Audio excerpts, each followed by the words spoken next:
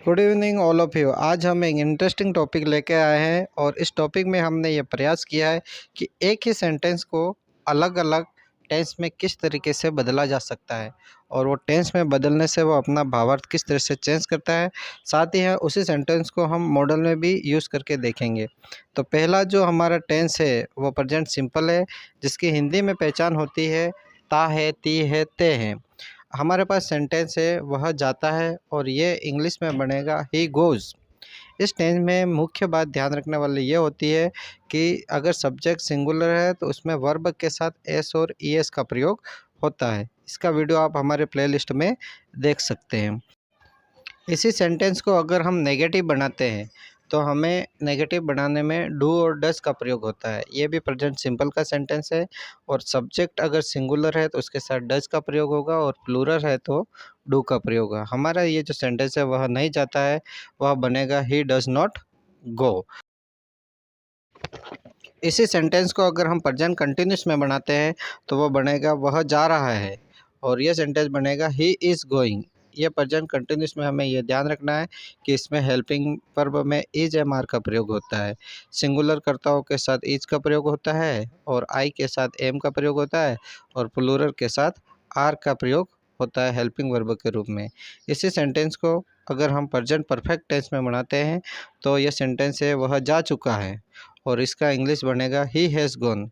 इस टेंस में वर्ब की थर्ड फॉर्म का यूज होता है और हेल्पिंग वर्ब के रूप में हैज़ और हैव का प्रयोग होता है। सिंगुलर के साथ हैज़ और आई और प्लूरल के साथ हैव का प्रयोग होता है। यही सेंटेंस अगर हम पास्ट सिंपल में बनाते हैं तो ये सेंटेंस बनेगा वह गया और इसका इंग्लिश बनेगा ही वेंट। इस टेंस में हमें यह ध्यान रखना है कि इसमें वर्ब की सेकंड फॉर्म का यूज होता है। पास्ट में अगर किसी घटना का हम जिक्र कर रहे होते हैं तो हमें पास्ट सिंपल टेंस का यूज़ करना होता है। इसी सेंटेंस का अगर हम नेगेटिव बनाते हैं तो वह नहीं गया। इस टेंस में अधिकतर बच्चे कन्फ्यूज यहाँ होते हैं कि वर्ब के सेकंड फॉर्म का यूज़ करते हैं, लेकिन अगर हमें इसका नेगेटिव बनाना है तो ही डिड नॉट गो, यानी गो है वो वर्ब की फर्स्ट फॉर्म है। ये बात विशेष ध्यान रखने वाली है। इसी सेंटेंस को हम पास्ट परफेक्ट में इस तरीके से बना सकते हैं कि वह गया था और ये इंग्लिश बनेगा इसका ही हैड गॉन। इस टेंस की पहचान ये होती है कि पास्ट में अगर कोई घटना हो चुकी होती है तो हमें हैड का प्रयोग करना होता है और वर्ब की थर्ड फॉर्म का यूज़ करना होता है। इस सेंटेंस को इस तरीके से भी बोला जा सकता है वह जा चुका था। इसका इंग्लिश बनेगा ही हैड गॉन, यानी पास्ट में जो भी काम हो चुका होता है, जैसे चुका था, चुकी थी, चुके थे। इस सेंस को बताने के लिए हम इस तरीके से सेंटेंस बना सकते हैं। तो ये भी आपके लिए काफ़ी सहायक होगा, ऐसी हमें उम्मीद है। नेक्स्ट हमारे पास टेंस है पास्ट कंटिन्यूस और पास्ट कंटिन्यूस में यह सेंटेंस बन सकता है वह जा रहा था। इसका इंग्लिश बनेगा ही वॉज गोइंग। इस टेंस की पहचान होती है कि पास्ट में कोई काम हो रहा होता है, जैसे रहा था, रही थी, रहे थे। तो इस टेंस में हेल्पिंग वर्ब के में वाज वर्ब का यूज़ होता है। फ्यूचर सिंपल में यह सेंटेंस होगा वह जाएगा और इसका इंग्लिश होगा he will go. Future simple में विल हेल्पिंग वर्ब के रूप में यूज होगी और वर्ब की फर्स्ट फॉर्म का यूज होगा। जैसे मैं पढ़ूंगा, आई विल स्टडी। मैं देखूंगा, आई विल सी। वह पूछेगा, ही विल आस्क। नेक्स्ट हमारे पास टेंस है फ्यूचर कंटिन्यूस और फ्यूचर कंटिन्यूस में यह सेंटेंस होगा वह जा रहा होगा। इसका इंग्लिश बनेगा ही विल बी गोइंग। इस टेंस में हमें हेल्पिंग वर्ब के रूप में विल बी का यूज़ करना होगा और वर्ब में आईएनजी का यूज़ करना होगा। तो इस तरीके से आसानी से आप सेंटेंस बना सकते हैं। इसी सेंटेंस को अगर हम फ्यूचर परफेक्ट में लेंगे तो उसके साथ हमें विल और हैव का यूज़ करना होगा और वर्ब की थर्ड फॉर्म का यूज़ करना होगा। वह जा चुका सेंटेंस होगा ही विल हैव गॉन। इसी सेंटेंस को हम मॉडल में यूज़ करके देखेंगे कि किस तरीके से मॉडल के यूज होने से यह सेंटेंस अपना भावार्थ बदलता है। बच्चों, मॉडल का यूज़ मन के भावों को व्यक्त करने के लिए होता है। जैसे हम हिंदी में अपनी बात कहने के लिए हिंदी के अलग अलग लहज़ों का यूज़ करते हैं, उसी तरह अगर हमें इंग्लिश में कोई मन के भाव व्यक्त करने हैं तो हमें मॉडल का यूज़ करना होता है।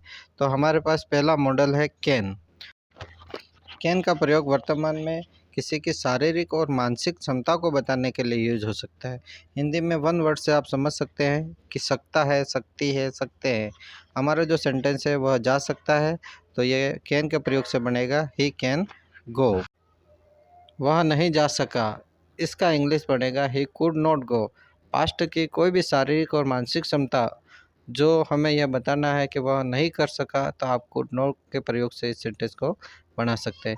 यह सेंटेंस इस तरीके से भी बन सकता है कि वह शायद जाएगा। यहाँ पर आप उसके जाने की संभावना है वो 50% बता रहे हैं, तो आप यहाँ पर मे का यूज़ करेंगे और यह सेंटेंस होगा ही मे गो।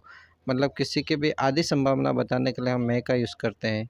यह सेंटेंस इस तरीके से भी हो सकता है कि वह शायद ही जाएगा, यानी इस सेंटेंस में आप उसके जाने की संभावना नहीं के बराबर बता रहे हैं, यानी किसी की बहुत कम संभावना बताने के लिए हम माइट का यूज़ कर सकते हैं। लेकिन अगर आपको कहना है कि वह ज़रूर जाएगा, तो ये सेंटेंस बनेगा ही मस्ट गो। मस्ट का प्रयोग हम वहाँ करते हैं जहाँ हम किसी के जाने के लिए पूरी तरीके से आश्वस्त हो, यानी जहाँ बहुत ज़रूरी हो, तो आप मस्ट का यूज़ कर सकते हैं। उसे जाना चाहिए और ये सेंटेंस बनेगा ही शुड गो। शुड का प्रयोग हिंदी का एक अर्थ से हम इस तरीके से समझ सकते हैं कि चाहिए, यानी जहाँ हमारे नैतिक जिम्मेदारियाँ होती है और उसको हमें बताने के लिए हमें चाहिए का यूज करना होता है। नेक्स्ट है उसे जाना पड़ेगा, और यहाँ ये सेंटेंस बन रहा है हैज़ टू के प्रयोग से। तो हमें जो भी काम कंपल्सन में करना है या ज़रूरी और करना पड़ रहा है, उसके लिए हमें हैज़ टू का यूज कर सकते हैं। आप वुड का प्रयोग इस संदर्भ में कर सकते हैं, जैसे मैं जाना चाहूँगा, तो आप ये बना सकते हैं कि I would like to go. मैं पढ़ना चाहूँगा, I would like to study. मैं कहना चाहूँगा, आई वुड लाइक टू से। तो इस सेंस में आप वुड का प्रयोग कर सकते हैं। मैं जाने की हिम्मत नहीं करूँगा, आई डेयर नॉट गो। वह आने की हिम्मत नहीं करेगा, ही डेयर नॉट गो। तो आप डेयर नॉट से भी बहुत सारे सेंटेंस बना सकते हो, और ये भी आपके बोलचाल में और इंग्लिश स्पीकिंग में काफ़ी सहयोगी वर्ड रहेगा। मुझे जाने की ज़रूरत नहीं है, आई नीड नॉट गो। तुम्हें आने की ज़रूरत नहीं है, यू नीड नॉट कम। तो इस नीड के सहयोग से भी आप बहुत सारे सेंटेंस बना सकते हो। मैं रोज़ जाया करता था, आई यूज़ टू गो डेली। पुराने समय की कोई आदत या आपकी डेली की जो दिनचर्या है वो अगर आपको व्यक्त करनी हो, तो आप यूज़ टू का प्रयोग कर सकते हैं। मुझे जाने दो, लेट मी गो। मुझे पढ़ने दो, लेट मी स्टडी। उसे कहने दो, लेट हिम से। मुझे पूरा करने दो, लेट मी कंप्लीट। तो आप इस सेंस से भी बहुत सारे सेंटेंस बना सकते हैं। आओ चले, लेट्स गो। आओ पढ़े, लेट्स स्टडी। आओ लिखे, लेट्स राइट। आओ कहे, लेट्स से। तो आप लेट्स से भी बहुत सारे सेंटेंस बना सकते हो। जाना ज़रूरी है, गोइंग इज मस्ट। पढ़ना ज़रूरी है, स्टडिंग इज़ मस्ट। खेलना ज़रूरी है, प्लेइंग इज़ मस्ट।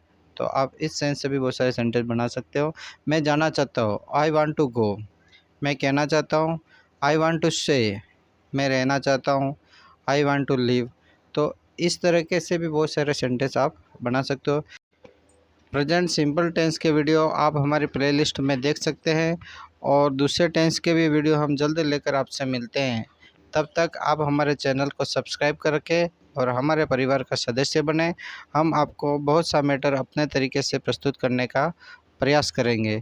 तो यहीं पर मिलेंगे इंग्लिश उड़ान चिखला। तब तक के लिए आप सबको बहुत बहुत धन्यवाद। पढ़ते रहे, बढ़ते रहे।